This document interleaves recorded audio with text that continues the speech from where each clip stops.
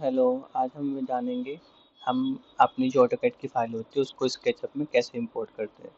ठीक है, ये मेरा कुछ मैंने स्केचअप ओपन किया हुआ है और मुझे अपनी ऑटोकैड की फ़ाइल इसमें इंपोर्ट करनी है। सपोज़ दैट मेरा ऑटोकैड की फ़ाइल है ये, ठीक है, ये मेरे ऑटोकैड की एक फ़ाइल है जो मैंने ऑटोकैड पे बनाया हुआ है और मुझे इसको अपने स्केचअप में इंपोर्ट करना है क्योंकि मुझे इसे 3D में बनाना है। तो उसके लिए क्या करेंगे, हम स्केचअप ओपन करेंगे पहले। ठीक है, ये मेरा स्केचअप ओपन हो चुका है।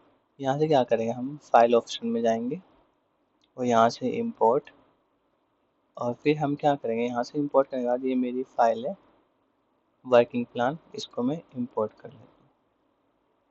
ठीक है, ये हमारा कुछ इस तरीके से आ जाएगा और यहाँ से हम सब कुछ क्लोज, और ये आ गया हमारा फाइल। तो जो हमारी 2D फाइल थी जो स्केचअप में हमने, वो ऑटोकैड में हमने बनाई थी, वो हमारे स्केचअप में एज इट इज़ आ गई है। अभी जब आप सिलेक्ट करेंगे तो ये पूरा का पूरा सिलेक्ट हो रहा है जस्ट बिकॉज कि अभी ग्रुप बना हुआ है। तो इसको हम क्या करेंगे, माउस का राइट क्लिक करेंगे और एक्सप्लोड। एक्सप्लोड करने से क्या होगा, अभी ग्रुप एक्सप्लोड हो चुका है अपने अपने डिफरेंट डिफरेंट लाइन्स में। ठीक है, देखिए अब मैं जिस भी एक लाइन को सिलेक्ट कर रहा हूँ तो वो एक लाइन होती है, तो अब single single lines, circle, object सब कुछ सिंगल सिंगल सिलेक्ट होंगे। तो अब मुझे जो एक्स्ट्रा पार्ट है उसको हम डिलीट कर लेंगे अपने अकॉर्डिंग, अपने वर्क के अकॉर्डिंग। ठीक है, तो जिस हिसाब से आपको वर्क करना है आप उस हिसाब से चीज़ें जो आपको चाहिए उसको आप रख सकते हैं, बाकी चीज़ों को आप डिलीट कर सकते हैं।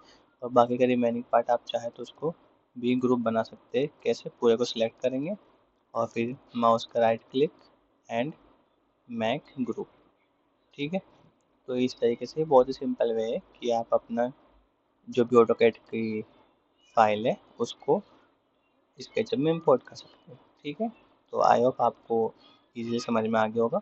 इसी टाइप की अगर आपको वीडियोस चाहिए सिंपल और इजी और हिंदी में, तो आप हमारे चैनल को सब्सक्राइब करें, और आई होप काफ़ी हेल्प होगी आप लोग। So thank you.